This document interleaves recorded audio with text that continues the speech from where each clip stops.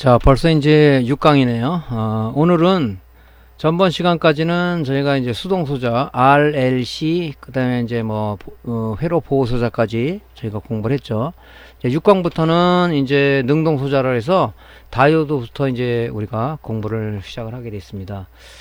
자, 6강 이전까지 여러분들이 수시로 동영상을 보면서 공부 많이 했을 줄로 알고 있습니다. 그것이 공부가 돼야 또 이어지는 거죠. 앞부분이 잘 안 되면은 또 뒷부분이 잘 안 되는 부분이니까 여러분들이 신경 써서 이전 강의들은 잘 다시 한번 리뷰해서 듣기를 바랍니다. 자, 오늘은 이제 다이오드에 대한 강의를 하는데요. 오늘은 이제 어떤 교육량을 가지고 여러분들하고 같이 연구를 해볼지 내용을 좀 살펴보도록 하겠습니다.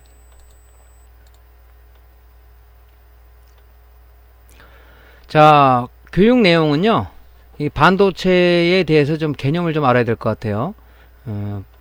다이오드 그러면, 다이오드가 PN 접합 다이오드는 여기서 PN 접합은 뭐야 도대체?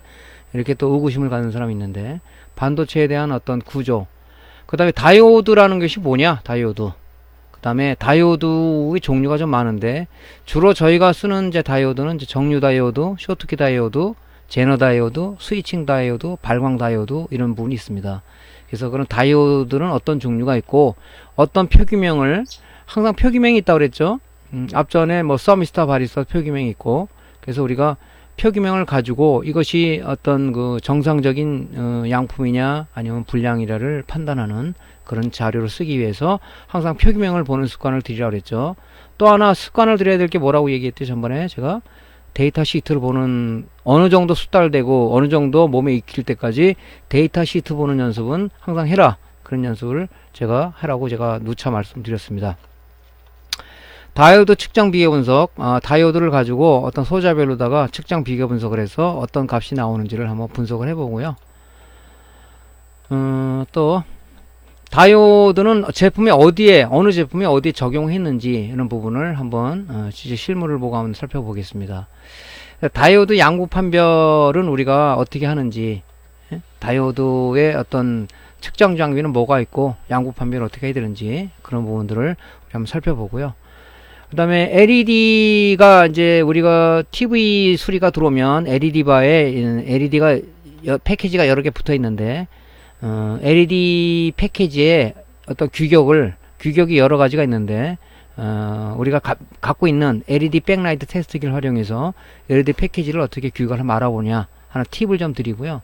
제너 다이오드도 보면 재질에 따라서 5V, 12V, 16V, 18V, 20몇 볼트짜리 이런 규격이 있는데, 그런 제너 다이오드를 우리가 눈으로 표기가 돼 있지만은 잘 모르는 경우가 있어요. 그 지워지거나 있을 때는 이게 지금 몇 볼트용 제너 다이오드인가 모르는 경우도 있거든요. 그랬을 때 백라이트 테스터기 가지고 우리가 역방향으로 전압을 줘서 이게 몇 볼트짜리인지 몇 볼트용 제너인지를 알 수 있는 그런 팁을 좀 드리도록 하겠습니다. 자, 오늘서부터는 이제 이 반도체 쪽으로 들어가는 겁니다. 능동소자라고 얘기해요. 능동소자는 뭐라 했어요? 바이어스 전압이 있어서 어떤 전압을 바이어스를 걸게 주게 되면 출력적으로 어떤 그 신호나 이런 것들이 나온다 그랬죠. 자, 그래서 오늘 능동소자 첫 번째 시간으로 다이오드의 본강을 한번 들어가 보도록 하겠습니다. 제가 앞전 강의에서도 한번 터치를 해본 부분인데, 우리가 반도체를 알라 그러면 물질의 구조를 좀 알아야 됩니다. 예를 들자면 제가 의자를 갖고 많이 비교를 하는데, 의자는 우리가 보면 쇠도 있고 나무도 있고 그 다음에 나사못도 있고 그 다음에 어떤 이 가죽이라든가 이런 천으로 해서 하나의 그 의자가 구성되죠. 그걸 우리가 물체라고 그러는데, 물체를 각각 나누게 되면 못, 지금 앞선에 말씀드린 못, 나무, 나사 이런 거 돼 있죠. 그럼 우리가 물질이라고 그럽니다. 예를 들어서 쇠, 손잡이가 우리 쇠로 돼 있는데, 쇠를 보면 우리가 물질이라고 얘기하죠. 그 물질을 잘게 쪼개면 물질의 성분, 즉 쇠 성분을 그대로 갖고 있는 그 우리 성분이 나타나는데, 그걸 우리가 뭐라고 그러냐면 분자라고 얘기한다고 그랬죠. 분자를 다시 잘게 쪼개면은 이 물질의 성분과 무관한 작은 입자가 나타나는데, 그걸 우리가 원자라고 하는 겁니다. 자, 우리가 원자의 구조를 좀 알아야 돼요. 원자의 구조를. 옛날에 화학 시간에 학교 다닐 때 화학 시간에 원소 주기율소부터 화학 시간에 많이 배우는데 참 많이 졸았던 기억도 납니다. 근데 이제 그런 부분들을 조금은 터치를 해야 될 것 같아서 말씀드리는 거죠. 자, 원자가 모여가지고 우리가 물질을 구성한다. 이렇게 이제 아시면 될 것 같고요. 자, 다음 봅시다. 원자의 구조를 우리가 알아야 되는데, 원자는 우리가 원자핵과 전자로 이루어져 있다. 원자핵과 전자로 이루어져 있다. 만약에 구리라는 걸 예를 든다면 원자핵과 전자로 이루어져 있는데, 지금 원자핵은 양성자하고 중성자로 이루어져 있습니다. 즉 양극을 갖는 양성자와 원자핵 바깥을 돌고 있는 마이너스 특성을 가진 전자로 이루어져 있죠. 항상 이 양자와 그죠? 양자와 전자의 수가 같기 때문에 이 전기적 중성을 일으키고 있는 거죠. 하지만 우리가 이 상태에서 우리가 어떤 열이나 빛이나 전기적 외부의 어떤 영향을 주게 되면 이 전자, 이 원자 핵을 돌고 주위를 돌고 있는 이 전자, 이거를 우리가 최외곽 전자 또 내지는 자유전자라고 표현을 해요. 이게 어떤 외부 영향을 주니까 이 원자와 원자 사이로 자유롭게 지나다니면서 이 움직이더라. 이것을 우리가 뭐라 그랬죠? 전자 이동을 우리가 전류의 흐름이라고 우리 앞선 강의에서 얘기를 드렸습니다. 이 자유전자라는 놈이, 이 최외곽 전자 이놈이 전기 전도도에 기여를 하고 있더라 하는 것이 밝혀진 거죠. 그래서 최외곽을 돌고 있는 이 전자를 자유전자, 자유스럽게 돌아다닌다. 그래서 자유전자라고 보통 표현을 하고 최외곽 전자라고 표현을 해요. 그래서 우리가 물질을 보면 도체, 부도체, 반도체가 있지만 도체는 뭐예요? 이 자유전자들이 무지하게 많은 놈이죠. 부도체, 나무 같은 거는 이 자유전자가 없는 놈이에요. 얘는 자유전자가 움직이지 못하니까 전기가 당연히 안 통하겠죠. 근데 구리나 은이나 금 이런 것들은 우리가 보통 자유전자가 많아서 자유롭게 움직이다 보니까 전류를 통하는 거죠. 그래서 우리 보통 전선 쓰는 것은 구리 재질로 되어 있죠. 원래 원칙적으로는 금이나 은을 써야 되는데 이 가격이 너무 높다 보니까 못 쓰는 거죠. 우리 고속도로를 지나가면 철탑들이 이렇게 많이 세워졌는데, 철탑들이 보통 보면 쓰는 건 이제 구리선이나 강심 알루미늄선을 쓰죠. 그래서 보통 쓰는 것이 금, 은, 구리, 알루미늄 이것이 도체로서 자유전자가 풍부한 물질이기 때문에 이걸 쓰는 거죠. 자, 그래서 이 자유전자가 큰 어떤 전기전도에 기여를 하더라 하는 것을 말씀드리기 위해서 이 자유전자가 굉장히 중요한 거죠. 전류 흐름에 굉장히 중요한 역할을 하는 놈입니다. 그럼 반도체라는 것이 뭐냐, 반도체. 우리가 물질을 보면 도체가 있고 부도체가 있고 반도체가 있어요. 도체는 전기를 잘 흘리는 물질이죠.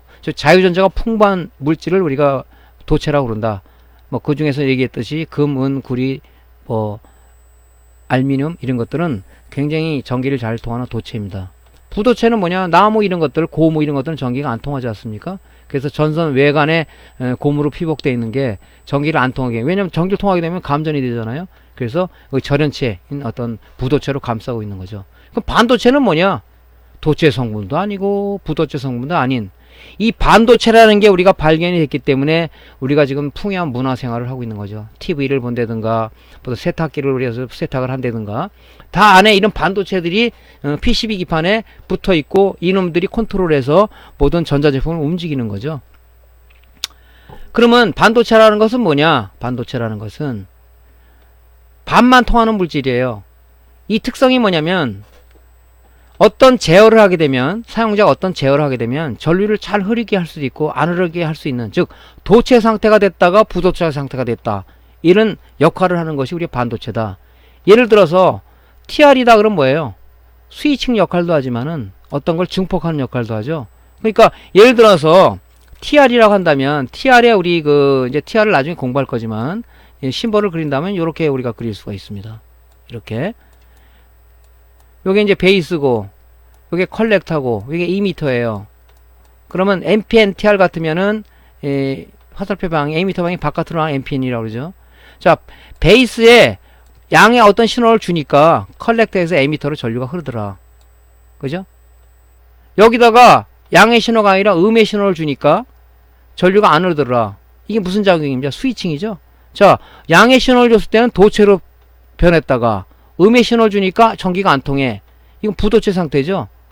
그래서 이 반도체가 발견이 되면서 이 굉장히 우리 생활에 굉장히 도움을 많이 줬던 거다. 그래서 이 TR 이 발견한 사람들, 그죠? 트랜지스터를 발견한 사람들은 저 노벨 물리학상을 다 탔죠. 자, 그러면 반도체, 우리 다이오드 같은 경우는 PN 접합이라고 얘기했는데, 이 P형과 N형 반도체들은 어떻게 우리가 만들어지냐 하는 거죠. 자, 반도체는 진성 반도체와 불순물 반도체가 있는데, 진성 반도체는 즉 불순물이 섞이지 않은 순수한 이 보통 게르마늄이나 실리콘, 규소를 우리가 실리콘이라고 얘기하는데 이걸 얘기하는 거예요. 그래서 얘 순수한 이 상태는 99.9% 순도는 부도체입니다. 부도체. 그래서 이 규소는 우리가 실리콘이라고 얘기하는데, 실리콘은 우리 어떻게 만들어지냐면, 이 백사장이나 이런 해변가가 모래가 엄청나게 많죠. 이 모래를 34단계의 분리 공정을 거쳐서 모래 속에 포함된 신시한 순수한 규소만, 즉 실리콘만을 추출한 것을 우리가 실리콘 또는 규소라고 얘기한다. 그래서 원소 주기율표 보면 사적 원소라고 해서 사가 원소인 규소 게르마늄을 사가 원소라고 얘기합니다. 원소 주기율표 머리 아프죠? 네, 그냥 그렇다고만 알고 계세요. 순수 반도체에다가 이거를 도전성을 띄게 하려다 보니까 우리가 여기다 불순물을 좀 첨가해서 전도를 높여야 되겠다. 그걸 도핑이라는 얘기를 하는데, 반도체의 도전율을 증가시키기 위해서 이 순수 반도체, 즉 진성 반도체에다가 불순물을 첨가하는 것을 말하는데, 어떤 실리콘 순수 반도체에다가 어떤 불순물을 좀 첨가했더니 이게 마이너스 전기장을 특성을 띤 N형 반도체가 만들어지더라. 또 순수 반도체 실리콘에다가 어떤 불순물을 첨가했더니 이 플러스 전기적 특성을 띤 P형이 만들어지더라. 그래서 이렇게 우리가 N형, P형을 합쳐서 PN 이렇게 만들어 놓으니까 이게 다이오드 특성이 되더라는 거죠. PNP 이렇게 P형을 양쪽에 두고 가운데 N형을 붙이니까 이게 TR 또는 NPN 이 트랜지스터가 되더라. 그래서 어떤 제어를 하게 되면은 전류를 흘릴 수 있고 아닐 수 있는 도체와 부도체 상태가 되는 것을 우리가 반도체라고 한다. 반도체는 바로 이렇게 만들어지는 거죠. FET 마찬가지죠, 역시. 예. 그래서 전번 강의 때도 제가 말씀을 드렸는데, 이 반도체 부분들은 이 원자의 구조를 본다 그러면 이런 그 원소 주기율표에서 이 4가 원소 내지는 뭐 3가, 5가를 추가해서 이렇게 만들어지는 게 우리 반도체인데, 그러면 다이오드는 어떤 특성을 가지고 있는지, 자, 요런 개념 알았다면 PN 접합 다이오드를 갖고 얘기를 좀 드리겠습니다. 다이오드를 갖다 그냥 다이오드 다이오드라는 명칭을 쓰지만 PN 접합 다이오드라고 이렇게 얘기를 하는 사람도 있어요. 그러면 P형과 N형을 붙여서 만든 그런 반도체구나 이렇게 이해하면 되겠죠.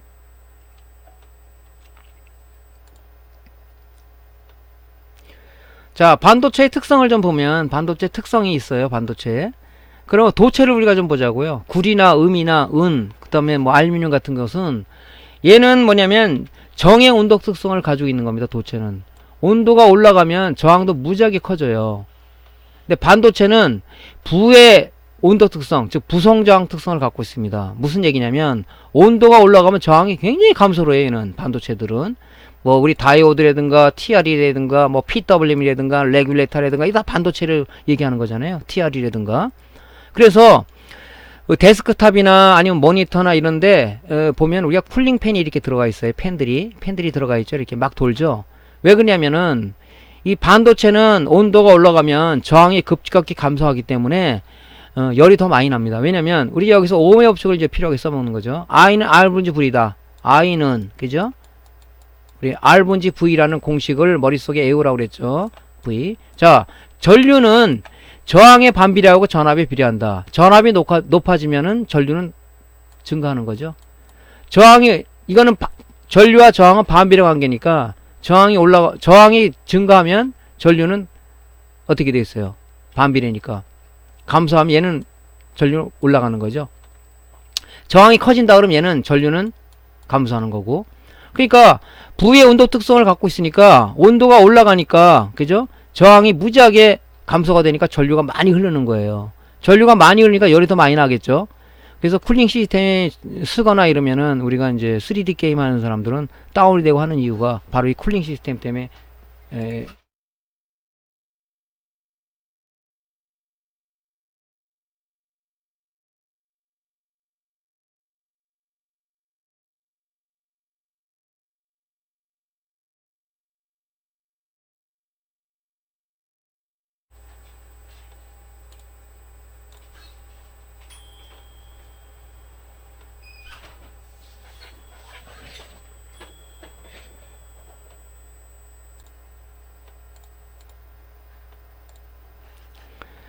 그래서 이 쿨링 시스템이 굉장히 중요한 겁니다. 이게 문제가 되면 아주 악영향을 끼치죠. 반도체는 특히 이제 우리가 그래서 대형 전산실이라든가 또 이런 통신 장비들이 많은 데는 공조 시설이 굉장히 잘 돼 있죠. 항상 온도를 뭐 10 몇 도로 20도치로 맞춰주고 하는 부분이 바로 이제 이런 이 기계들이 전자기기들이 문제가 되지 않게끔 하기 위해서 이렇게 쓰는 겁니다.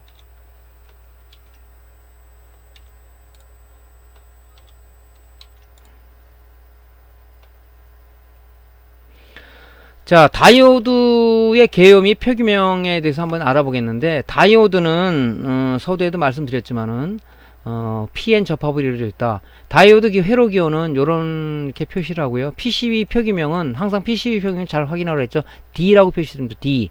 다이오드 약자 D. 다이오드 특징은 뭐냐면 이 P형과 N형의 접합으로 만들어져 있다고 그랬죠. 그럼 P는 플러스 전기등 특성을 띈 거고 N형은 마이너스 전기등 특성을 띈 거라고 말씀드렸죠. 그러니까 다이오드는 한쪽 방향으로 밖에 전류를 못 흘리는 거예요. 반대 방향으로는 전류가 안 흘러갑니다. 그래서 반도체 중에서 다이오드는 용도로 쓰는 게 정류용으로 쓴다든가 온오프 스위치용으로 쓰는 거죠. 온오프 스위치용으로 두 가지 정도. 라디오 같은 데서는 건파용으로 쓰는데 특정 신호를 걸러내는 건파용 쓰는데 우리는 라디오를 하는 게 아니니까. 그래서 이 다이오드는 요렇게 보통 실물을 보면 되죠. 띠가 이렇게 하나가 있는데 이 띠가 있는 쪽이 마이너스, 없는 쪽이 플러스를 얘기합니다. 그래서 에노드라는 것은 플러스 방향을 얘기하는 거고요. 캐소드는 마이너스 극을 얘기하는 거죠. 기호로 그린다면 이제 띠 있는 쪽이 이게 마이너스 쪽이죠. 그래서 플러스에서 마이너스로 흘러가는 거지. 여기서 반대로 캐소드에서 마이너스는 전류가 안 흐른다. 그래서 띠가 있는 쪽이 마이너스다. 얘기를 했죠. 예. 자, 그래서 전류는 전류는 에노드에서 캐소드 방향으로 흐르는 것을 우리가 나타내고 있는 거죠. 그런데 여기서 우리가 아주 재밌는 현상이 하나 있어요. P형과 N형을 접합하게 되면은 희한한 현상이 하나 일어납니다. 자, PN을 접합하게 되면 이 접합 부인 여기 P형하고 이렇게 N형을 접합을 했어요. 이렇게 P하고 N형을. 그럼 이 접합 부분에는 일단은 전자도 전공도 존재하지 않는 이 절연 영역이 생겨요. 절연 영역이. 여기 그림에 보듯이 절연 영역이 생깁니다. 이게. 예. 이걸 우리가 공핍층이라고 공핍층 이렇게 얘기합니다. 또는 절연 영역 이렇게 얘기를 해요. 그래서 이 전기를 흘릴 때 이렇게 전기를 흘려줄 때 이 절연 영역이 있기 때문에 이 재질에 따라서 다이오드는 보통 이제 실리콘 재질과 게리마늄 재질이 있는데 뒤에 얘기를 할 겁니다. 이 공핍층을 여기서 전원을 걸어줄 때 얼마 이상의 전원을 걸어줘야 이 절연 영역을 통과를 하더라. 얼마 이상의 전압 이하를 가려주니까 얘 전류가 통하지 못하더라 하는 이 전위 장벽을 통과할 수 있는 우리가 기본 턴온 전압이 있습니다. 이 절연 영역 때문에 그러는 거죠. 이게 접합을 하게 되면 접합 부분에 바로 이렇게 문제의 어떤 절연 영역이 형성이 돼요. 이것을 공핍층 내지는 절연 영역 이렇게 얘기를 합니다. 자, 그럼 다음 번을 한번 볼까요?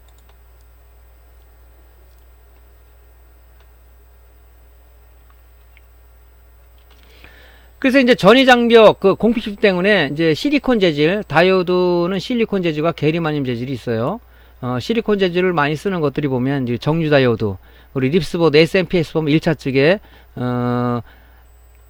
정류를 하기 위해서 브리지 다이오드가 들어가죠. 걔는 실리콘 재질입니다. 그 다음에 립스보드에 보면 2차 측에 5V, 12V를 뽑아내기 위해서 트랜스 2차 측으로부터 받은 5V나 12V를 우리 쇼트키 다이오드를 통해서 들어가는데 이 쇼트키 다이오드는 게리마늄 재질로 되어 있어요. 그럼 왜 실리콘 재질 쓸 게리마늄 재질 쓸 이유가 뭐가 있습니까? 그건 나중에 역회복 시발이라는 리버스 리커버리 타임 때문에 우리가 이 패스트 리커버리 다이오드를 쓰는 거죠. 자, 그런데 실리콘은 보니까 특성이 0.6V 이상을 걸어줘야 전류가 흐르더라. 즉 턴온 전압, 전류가 흐르는 시점을 우리가 턴온 시점이라고 얘기하는데 턴온 전압이라고 얘기를 해요. 근데 게리마늄 재질은 0.3V 이상을 걸어주니까 통과를 하더라. 자, 그래프를 보면 여기 요 좌표 여기가 0 시점이에요. 근데 실리콘은 요 0 시점에서 0.1V, 0.2V, 0.3V 통하지 않다가 0.5V까지 안 하다가 0.6V 이상을 걸어주니까 그때부터 전기가 저전 영역을 통과해서 기하급수적으로 전기가 흐르는 거죠. 이렇게 0.5V, 0.6V 이하에는 안 흐르고 통하지 않는 거예요. 이렇게 다이오드가 이렇게 있다면 걸어줘도 안 통하는 거예요. 0.6V 이상을 걸어줬더니 에노드에서, 즉 플러스 방향에서 캐소드 마이너스 방향으로 전류가 흐르더라. 근데 게르마늄은 더 짧아요. 이게 턴온 시간이 0V에서 0.1V 걸어지고 안 흐르다가 0.2V 안 흐르다가 0.3V 이상 걸어줬더니 또 기하급수로 이렇게 전기가 흐르는 겁니다. 그래서 어느 게 더 스위칭 속도가 빠르겠어요? 얘가 더 게르마늄이 더 빠르겠죠? 예. 그래서 이런 특성을 가지고 있어요. 그럼 반대로 걸어주면 어떻게 되겠어요? 반대로 걸어주면 어느 시점에서는 이 다이오드가 파괴가 되는 에버란치 현상이 일어나는데 전자사태 현상이 일어나게 돼 있죠. 망가지죠. 예. 타거나 뭐 그렇게 되겠죠. 근데 이 실리콘 이런 게르마늄은 우리가 순방향을 걸어줘야 전기가 통하는 거지 역방향에서는 안 통한다. 그죠? 그런 의미를 갖고 있는 겁니다. 다이오드 특성 곡선은 이런 식으로 돼 있다는 얘기죠.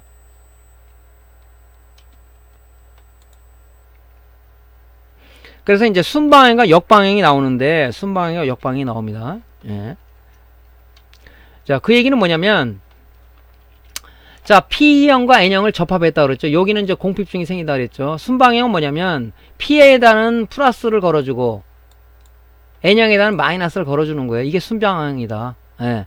자, 이렇게 이제 전기를 인가를 해봤더니 전기가 N형에서 즉 전자의 흐름은 어떻게 됐어요? N형에서 이렇게 흐른다 그랬죠. 왜 이렇게 흐르냐? 자, 플러스를 걸어주고 마이너스는 반발이 되는 거 아니에요? 쿨롱의 법칙에서? 왜냐면 왜 흐르냐면 플러스의 높은 전위를 여기다 걸어주다 보니까 여기 있는 전자가 높은 전위에 따라서 얘가 일로 끌려오게끔 돼 있어요. 이렇게. 플러스는 뭐냐면 이 높은 전위죠. 마이너스는 낮은 전위죠. 얘는 지금 낮은 전위란 말이에요. 여기다 높은 플러스 전압을 걸어주니까 이 높은 전위에 따라서 얘가 이 전자가 이쪽으로 끌려오더라. 그래서 이 전자가 N형에서 P형으로 흐르는 것처럼 이렇게 흐르더라. 전류의 방향과 전자의 방향 반대라고 그랬죠. 왜냐면 나중에 과학자들이 발견했을 때 전자의 이동 방향을 하다 보니까 이론이 두 개가 됐다. 전류의 흐름은 플러스에서 마이너스로 간다. 전자는 마이너스에서 플러스로 간다. 이렇게 이제 두 개의 그 학설이 나온 거죠. 자, 그래서 전류가 이렇게 흐르는 겁니다. 그럼 역방향을 가해봤어요. 역방향은 뭐냐? 이 P형에다는 즉 플러스 전기적 특성을 P형 반도체에다 마이너스를 걸고 그 다음에 이 N형에다는 플러스 이 반대 방향의 전기를 걸어준 것을 역방향 바이어스다. 이렇게 역방향이다. 이렇게 얘기를 해요. 그러면 자, 이걸 봅시다. 마이너스를 걸어줬더니 이 쿨롱의 법칙에서 뭡니까?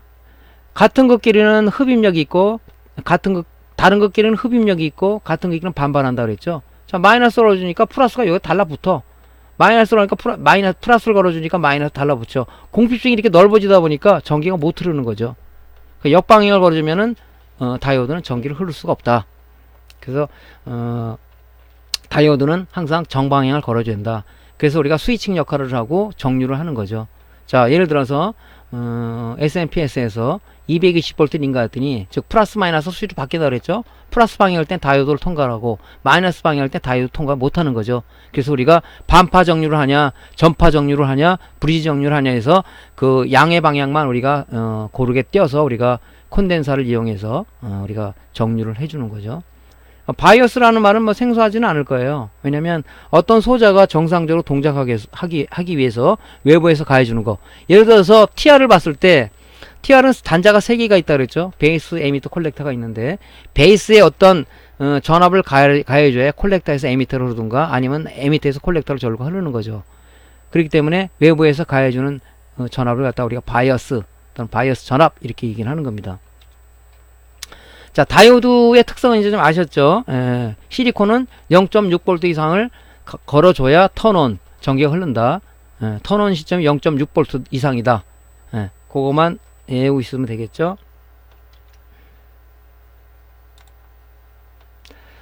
자, 그러면 실리콘 다이오드와 게르마늄 다이오드를 쓴다고 그랬는데, 아니, 왜 그러면은, 립스보드 2차 측에 왜 쇼트키 다이오드를 꼭 써야만 돼요? 물으신다면 설명을 좀 해드릴게요. 자, 이런 원리 때문에 그렇습니다. 자, 실리콘 재질은, 즉, 우리가 쓰는 정류 다이오드는, 실리콘 재질로 돼 있어요. 걔는 턴온 전압이, 즉, 전류가 흐르는 시점 0.6V 이상을 가해줘야 된다. 즉, 게르마늄 재질의 쇼트키 다이오드는 0.3V를 가해줘야, 턴온 된다. 이렇게 얘기했죠.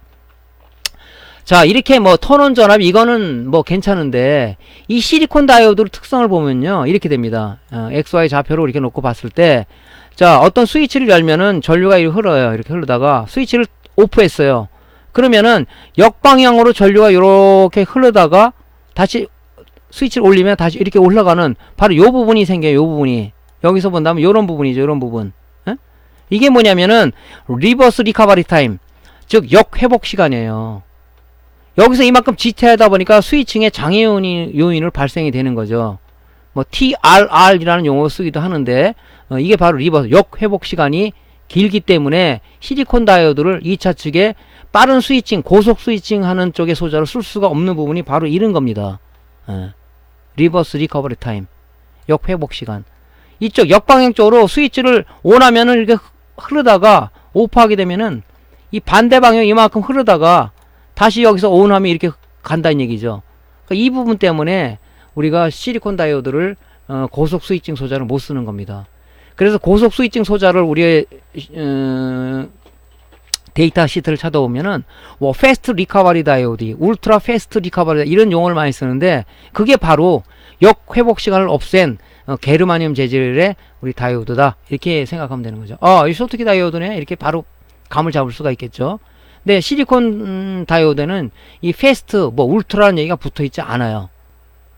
그래서 게르마늄 재질의 쇼트키 다이오드를 쓴다. 이제 좀 이해가 되시죠? 예. 그래서 2차 측에 고속 스위칭 소자로, 고속 스위칭을 하는 데는 보통 보면 이제 게르마늄 재질의 쇼트키를 많이 쓰죠. AD 보드에 봐도 그렇고, 또 저기 립스 보드에 봐도 그렇고 전부 다 이제 게르마늄 재질을 쓰죠. 그래서 이제 그런 부분이 이제 우리가 지금 공부하는 내용이죠. 지금 여기서도 본다면 뭐 이건 다 알고 있는 내용이지만, 요게 지금 보면 요거는 뭐예요? 요쪽에 우리 220V가 인가돼서 라인 필터, 즉 EMI 필터를 통해서 브리지 다이오드로 220V가 들어가죠. 얘가 뭐냐면 실리콘 재질이에요. 턴온 전압이 0.6V 이상이 가해지면 전기가 흐르는 거죠. 플러스 마이너스, 즉 여기서 변하는 정연파 그을을 주게 되면 양의 방향 때는 얘가 통과를 하고 음의 방향 때 통과를 못하죠. 그래서 이 브리지 정류를 해가지고 대전압 콘덴서에 310V가 충전이 되는 거죠. 그죠? 충전이 되는 거죠. 요게 바로 이제 요렇게 요런 다이오드가 있고 브리지 다이오드를 하나로 되어 있는, 통합되어 있는 그런 걸 쓰는데, 요게 이제 실리콘 재질이에요. 그 2차 측에 게르마늄 재질을 쓴 쇼트키 다이오드는 모양은 비슷한데 얘가 턴온 전압이 0.3V란 말이에요. 0.3V. 고속 스위칭 소자를 쓰니까 여기 쓰고 있다. 그런 이제 개념이 좀 약간 틀린 거죠. 그러면 AD 보드에도 보면 우리가 일반 그 다이오드 실리콘 재질을 안 쓰고 쇼트키 다이오드를 쓰는데, SMD 타입의 쇼트키 다이오드를 쓰죠. SMD 타입에. 여기 보면 바로 이제 12V가 인가가 되면, 그죠? 5단자 스위칭 레귤레이터 150-50으로 들어가면 1번 단자로 12V가 들어가요. 이쪽에. 그러면 2번 단자로다가 내부 발전을 통해서 스위칭 돼서 5V가 나온다는 얘기죠. 얘는 5V가 직류가 아니라 맹육성이에요. 발진된 거기 때문에. 그래서 요 나온 5V를 파형을 찍어보면, 오시로스코프 파형을 찍어보면은 파형 자체가 직류 성분이 아니에요. 그러니까 요 5V를 요 밑에 보면 요 사각으로 된 거, 요게 쇼트키 다이오드인데 SS34라는 거, 그걸 이제 쓰죠. 그걸 통해서 코일을 통해서 콘덴서를 통해서 최종 부하가 필요하는, 즉 뭐 스케일러나 아니면은 오디오 칩이라든가 뭐 EP롬이라든가 뭐 이런 롬에다가 우리가 이 LDO 레귤레이터를 통해서 5V 3.3V 다운시켜서 1로 공급하고, 또 여기서 뭐 1.8V로 공급해서 또 이쪽으로 공급을 하고, 이런 데 소재에다가 그렇게 쓰는 거죠. 요게 쓰는 것이 이제 이 쇼트키 다이오드란 말이에요. 요게 일반 다이오드가 아니라 모양이 좀 틀리죠. 그래서 요때 이제 우리가 리버스 리커버리 타임 때문에 고속 스위칭 소자를 쓰려 그러면 스위칭하는 부분에는 거의 고속 스위칭 소자인 쇼트키 다이오드를 씁니다. 그 실물 한번 제가 보여드렸고요. 굉장히 중요한 개념이죠. 중요한 개념. 그래서 뭐 어떤 사람은 뭐 모르는 사람 그럴 거 아니에요. 야 그냥 실리콘 다이오드 그냥 거기다 붙여. 그래서 그렇게 붙여서 동작은 제가 안 해봤는데, 아무튼 하지 말라는 짓은 안 하는 게 좋겠죠, 그죠? 예.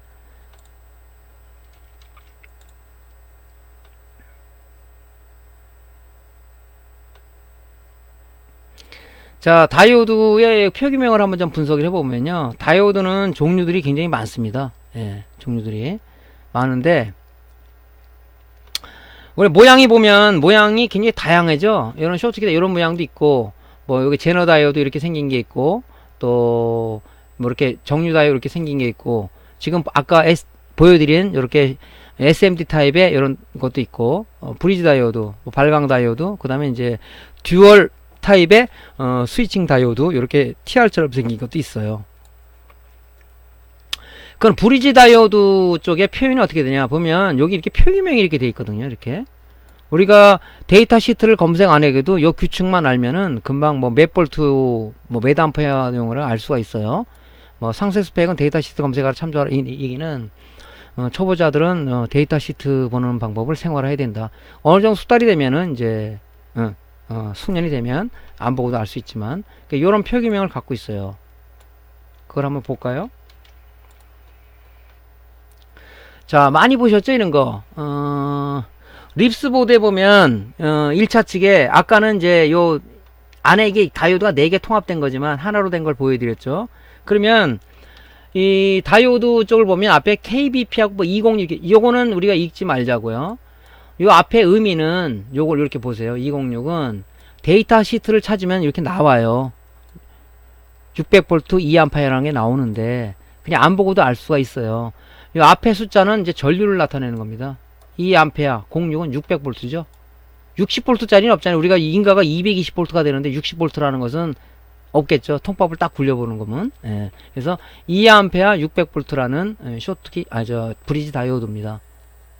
뭐 데이터 시트를 KBP 206 딱 치게 되면 이런 데이터 시트가 나와요. 그럼 여기 뭐 200은 얼마, 201은 얼마 이게 나오죠. 요 부분을 보게 되면 600V 2A 나오는데 요걸 보고도 알 수가 있다. 그러면 KBL 608은 뭐냐? 이 앞에는 전류라고 그랬죠? 6A를 나타내는 거죠. 8은 80V는 없겠죠. 800V 6A짜리 브리지 다이오드다 하는 내용을 우리가 이 표기명을 보고도 알 수가 있습니다.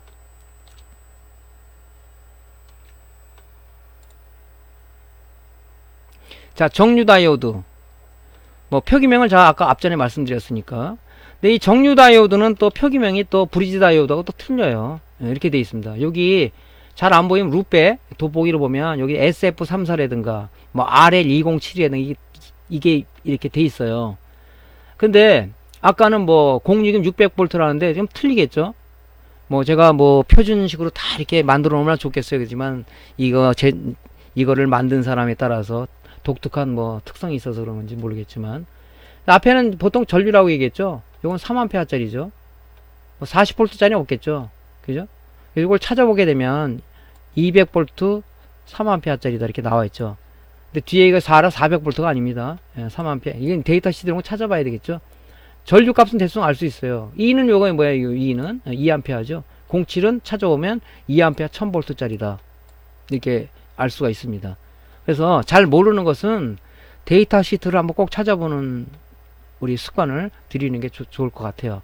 그래서 다른 표기명도 이렇게 있다. 표기명이 다 같지 않죠. 그러니까 앞에 부분은 전류를 나타낸다. 대통 보면 대충 이제 통밥 잡아서 3A다, 뭐 2A다 이렇게 볼 수가 있겠죠.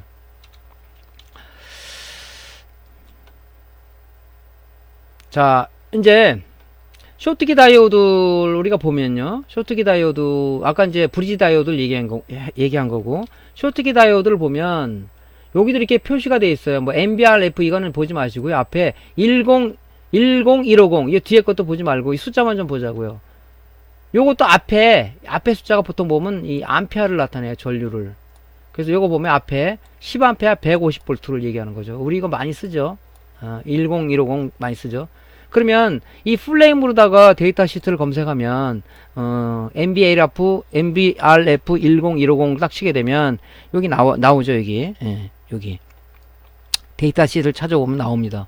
150V 그죠? 10A짜리 쇼트키 다이오드다. 쇼트키 다이오드 표기명은 기호는 이렇게 씁니다. 쇼트키 다이오드나 뭐 브리지 다이오드 다 다이오드 약자를 따서 이렇게 쓰고요.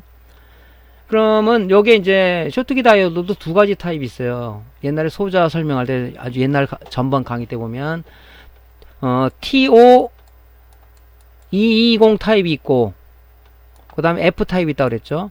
220 타입은 이렇게 철판 타입, 여기다가 절연지를 반드시 껴서 방열판에 결합해야 된다 말씀드렸고요. F는 몰드 타입을 얘기하는 거죠. 요거는 TO220-F 타입의 쇼트키 다이오드다. 보통 우리는 귀찮아서 보통 이렇게 몰드 타입 많이 쓰죠.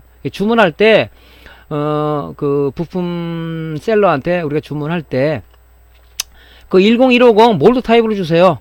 뭐 정확하게 얘기한다면 TO20F 타입의 10150 그 쇼트키 다이오드 한 10개만 주세요. 이렇게 주문하면 되겠지.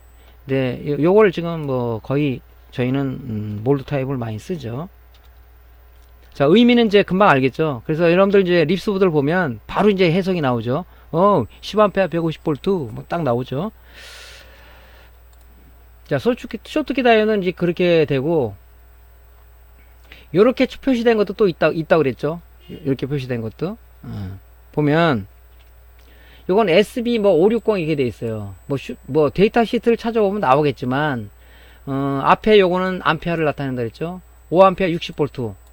뭐 요거는 그대로 표현이 되네요. 이렇게. 근데 이제 SB 5200을 보니까 앞에는 암페어야. 뒤에 보니까 200은 200V더라. 아까하고 좀 표기명이 틀린데 요거는 이제 그렇게 읽어도 되겠죠. 근데 정확한 건 데이터 시트를 찾아보면은 나오죠. 5200 같은 경우는 200V 5A짜리니까. 그래서 우리가 이제 이렇게 이제 표현을 갖는 겁니다. 이렇게. 자, 이렇게 데이터 시트를 찾아보는 연습은 좀 해야 된다. 자, 요거는 아까 얘기했지만 이제 AD 보드나 이런데 또 메인보드나 이런데 좀 많이 쓰죠. 이런 것들은 노트북 메인보드에 보면 이런 것도 많이 붙어 있는데 표시가 또 이런 식으로 돼 있죠. SS34 AD 보드에 많이 쓰죠. 여기 SS34 그 다음에 SS310 이렇게 표시가 되어 있는데 요것도 앞에 암페어라고 보면 돼요. SS는 읽지 마시고 34 하면 앞에 암페어예요. 3A 40V 라는 뜻이고, SS310 하면 3A 10V가 아니라 3A 100V짜리입니다. 그러니까 이제 숙달이 되면 대충 이제 아는 사람들은 이렇게 찾아보시면 나오죠. SS310 같은 거는 나오잖아요. 여기 100V 3A다. 이렇게 찾아보시면 도움이 많이 될 거예요. 그러니까 도움이 돼. 앞으로 계속 이 데이터 시트 안 보고도 하려고 그러면 자꾸 많이 읽어보고 많이 봐야지 이게 되는 거지. 그냥 안 보면 모르잖아요. 그리고 이것도 항상 하얀 띠 있는 쪽이 다이오드는 마이너스라고 그랬죠.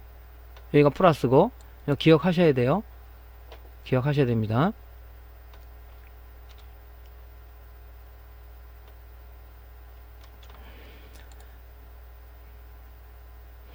자, 이제 제너 다이오드인데, 제너 다이오드는 조금 쉬었다가 다음 강의에 이어서 하도록 하겠습니다. 자, 강의 들으라고 수고 많으셨고요. 다음 시간에 뵙겠습니다. 감사합니다.